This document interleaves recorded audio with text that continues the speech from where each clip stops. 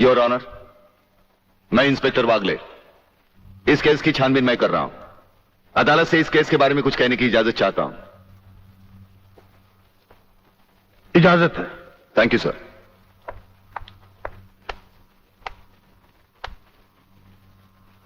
Your honour, इंसाफ के इस मंदिर में आपको न्याय करते हुए कई साल हुए होंगे और इन सालों में आपके सामने रेप और मर्डर्स के अनगिनत केसेस भी आए होंगे।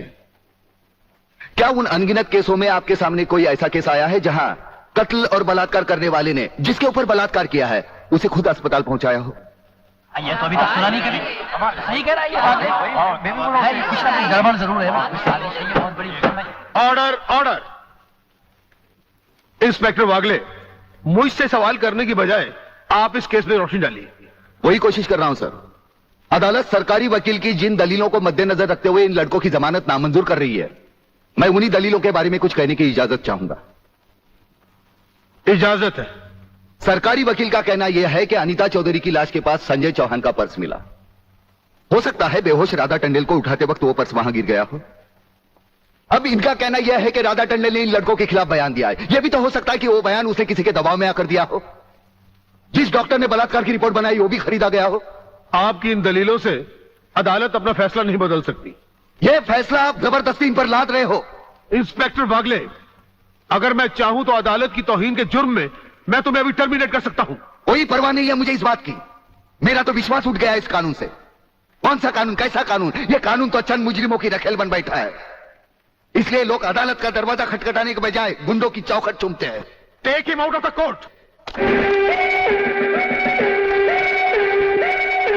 अगर जिंदगी में किसी से रिश्वत ना ली हो तो ही मुझे हाथ लगाना।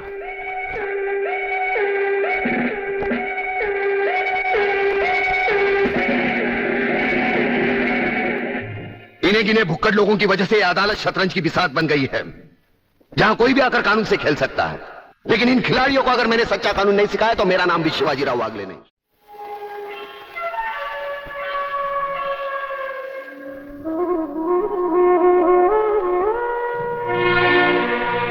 नहीं यार, इस तरह तो हिम्मत हार के हम बिना फांसी के ही मर जाएंगे। ये क्या हो गया तुम दोनों को यार? अली, सोचता हूं मेरी बहन शांति पर क्या बीत रही होगी। मुझे पढ़ा लिखा कर एक बड़ा इंसान बनाने के लिए क्या कुछ नहीं किया उसने। लोगों के घर में काम कर करके अपने हाथों पे मेहंदी की जगह छाले डाल ली उसने। आलोक, तुम्हारी तो वो सिर्फ बहन है, मगर मेरे लिए वो बहन भी है और मां भी है। अगर बचपन से ही उसका प्यार मुझे ना मिला होता तो शायद ये अनाथ सड़कों पर ही अपना दम तोड़ देता। मेरी मां पर भी क्या बीत रही होगी। वो तो रो रो कर पागल हो गई होगी। अगर मुझे कुछ हो गया तो उसका भरोसा भगवान पर से भी उठ जाएगा। तुम इन 3 लड़कों के केस में कहां उलझ गए? हो सकता है इन बच्चों का केस महज इत्तेफाक ही हो। इत्तेफाक नहीं है सर। ये कड़ियां भले ही अलग अलग नजर आ रही हो, लेकिन अगर गौर से देखें तो ये सब एक ही जंजीर की कड़ियां हैं, जिसमें एक न एक दिन जीवनलाल टंडेल, रसिकनाथ और गुंडा स्वामी की कलाइयां फंसेंगी। ये इत्तेफाक नहीं है सर, इत्तेफाक नहीं है।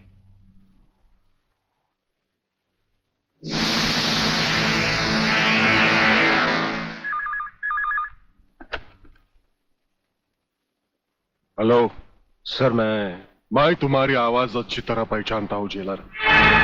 तुम वहां से कुछ नहीं बोलोगे, सिर्फ सुनो,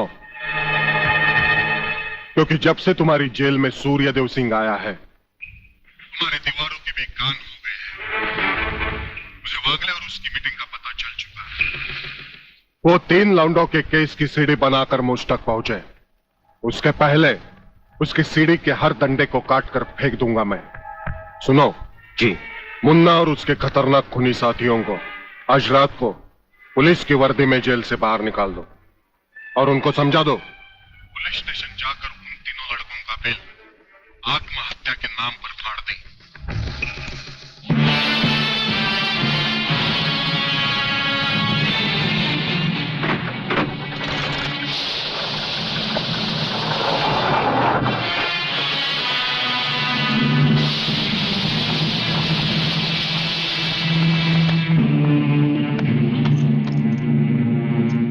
फोन का वायर काट दो।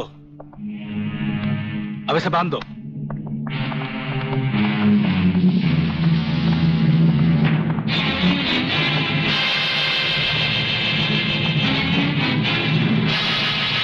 डरो मत, तुम्हारी जमानत हो चुकी है। हम लोग तुम्हें रिहा करने आए हैं।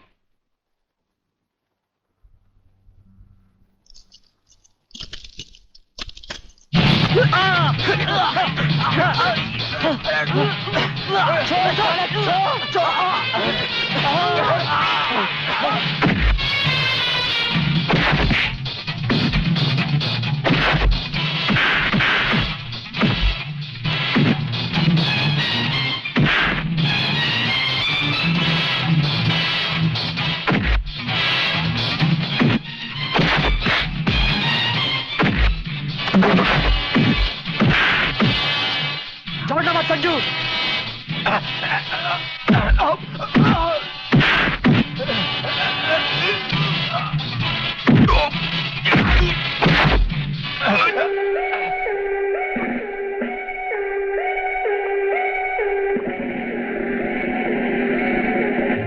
क्या बकते हो?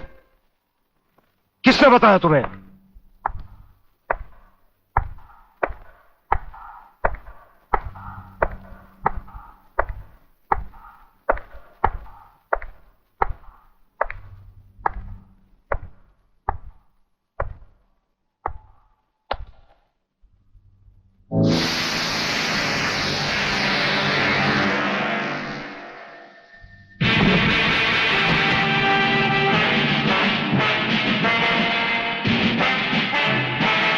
कुछ ही देर पहले तुम जेल की कोठरी में बंद थे, फिर वहां से निकले कैसे?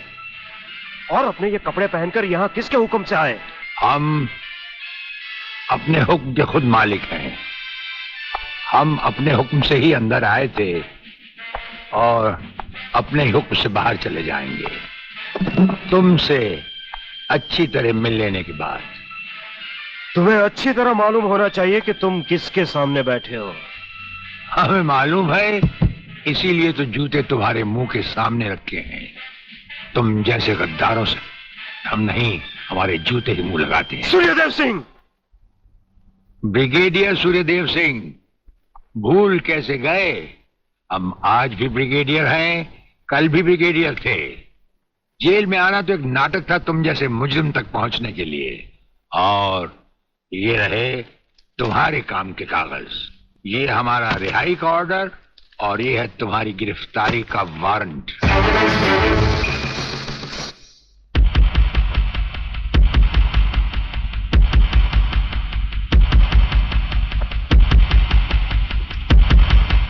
याद करो वो दिन जब तुमने ये वर्दी पहनने से पहले एक कसम खाई थी।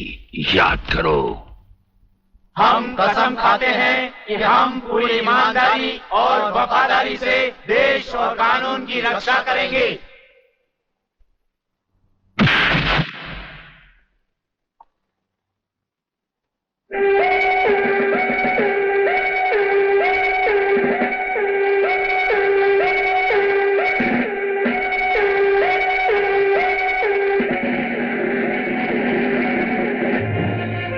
इन नंगों की बारात में ये वर्दी वाला दूल्हा नहीं जाएगा वागले। इसके भी कपड़े उतार डालो।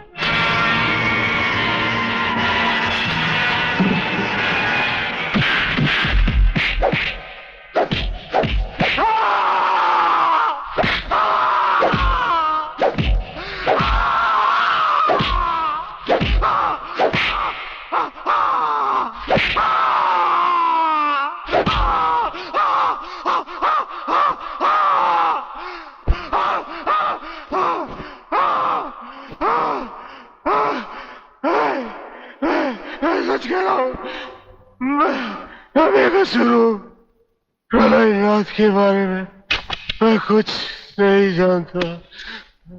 बेहोश होने से पहले 3 बार, होश में आने के बाद 3 बार तेरा इसी तरह इलाज करता रहूंगा।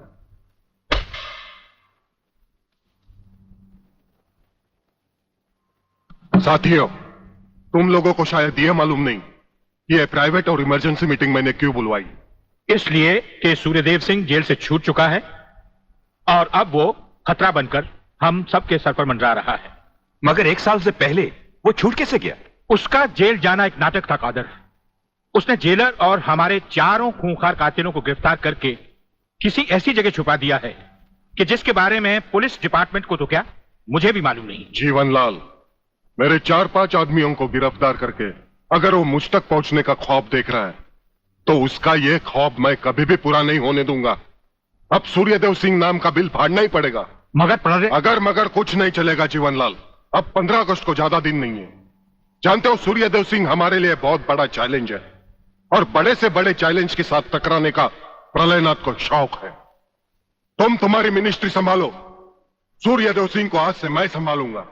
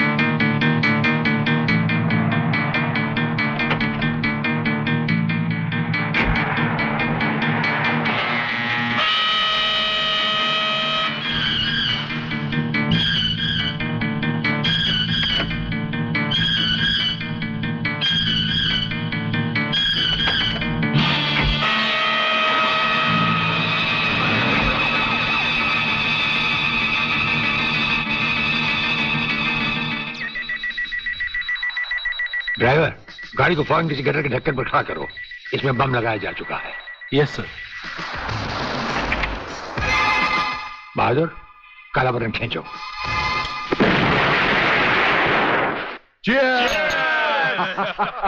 पियो, आज जी भर कर पी लो।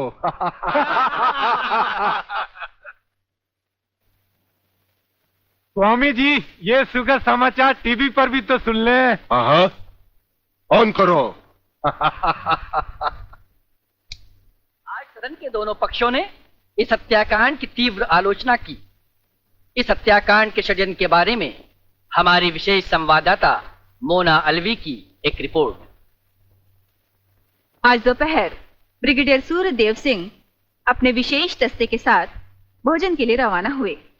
अचानक उन्हें अपनी कार में सिग्नल सुनाई दिया, जो कार में बॉम्ब रखे जाने का संकेत देता है। सूर्यदेव सिंह ने अपनी गाड़ी एक गटर के ढक्कन पर रुकवाई और अपने विशेष दस्ते के ब्लैक कमांडो से ये काला बटन खींचने को कहा। इससे गाड़ी के नीचे का हिस्सा साइड में खिसक गया और धमाके से पहले ही ब्रिगेडियर सूर्यदेव सिंह अपने आदमियों के साथ ही भूमिगत हो गए। तो इस तरह उन्होंने अपनी समझदारी और बहादुरी से अपनी और अपने आदमियों की जान बचाई। तो आइए आज हम ब्रिगेडियर सूर्यदेव सिंह से आपका साक्षात्कार कराएंगे।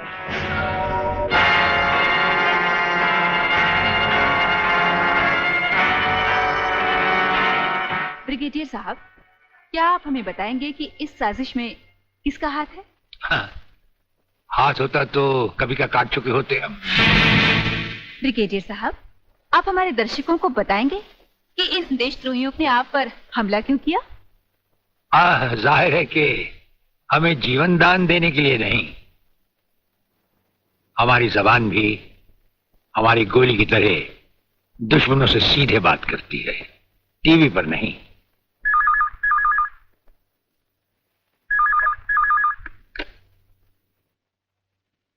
हेलो। ज्यादा आंखें फाड़ कर हमारा न्यूज देखोगे तो जल्दी अंधे हो जाओगे। ये समाचार देखने का नहीं, पैगाम सुनने का वक्त है। हेलो हेलो, तुम फोन कहां से कर रहे हो? तुम तो टीवी पर हो। हम टीवी पर भी हैं और हमारे घर पर भी। गेंडा स्वामी, ये टाइम बम का खेल हम तब से खेल रहे हैं जब तुम्हारे बाप दादा अपने बालों में खिजाब लगाते थे। याद रखना, तुमने सिर्फ एक टाइम बम फिट किया था जो हमारा बाल भी बैंका ना कर सका, मगर हमने तुम्हारी मौत के लिए इतने बम तैयार कर रखे हैं जो तुम्हें तो क्या, तुम्हारे पालतू कुत्तों को भी बचने का टाइम नहीं देंगे। ब्रिगेडियर साहब, क्या आप उन देशद्रोहियों को कोई पैगाम देना चाहेंगे? पैगाम? हमारा पैगाम तो उन तक पहुंच चुका है। हम आपको यकीन दिलाते हैं कि हमें जिंदा देखकर वो अपनी टीवी तोड़ डालेंगे। अबे साले! सर ये क्या है? इतनी देर से गाड़ी चली जा रही है, आप खामोश बैठे हैं, बता नहीं रहे हम कहां जा रहे हैं, कौन से मिशन पे जा रहे हैं? मिशन है हमारा जन्मदिन। अरे हमारी राजपूताना रेजिमेंट हमसे बहुत प्यार करती है वागले, और वहां के कुछ जूनियर और सीनियर अफसर मिलकर हमारे जन्मदिन को बड़े शौक से मनाते हैं। वो रेजिमेंट कहीं भी हो, हमें वहां जाना होता है, और साल में एक दिन जिंदगी के गम और फर्ज भुलाकर उस रात हम नाचते हैं, गाते हैं और सरूर में झूमते हैं। Very good, very good. लेकिन सर मैंने आज तक इस बला को मुंह से नहीं लगाया। हाँ वागले, लेकिन आज हमारे साथ पहली बार तुम इस बला को मुंह से लगाओगे और चूमोगे भी, और फिर हमारे साथ गाओगे, नाचोगे। सर नाचने गाने की बात तो ठीक है, लेकिन कहीं मैं पी के लुढ़क गया तो? अरे वागले, ये कंधे किस लिए हैं?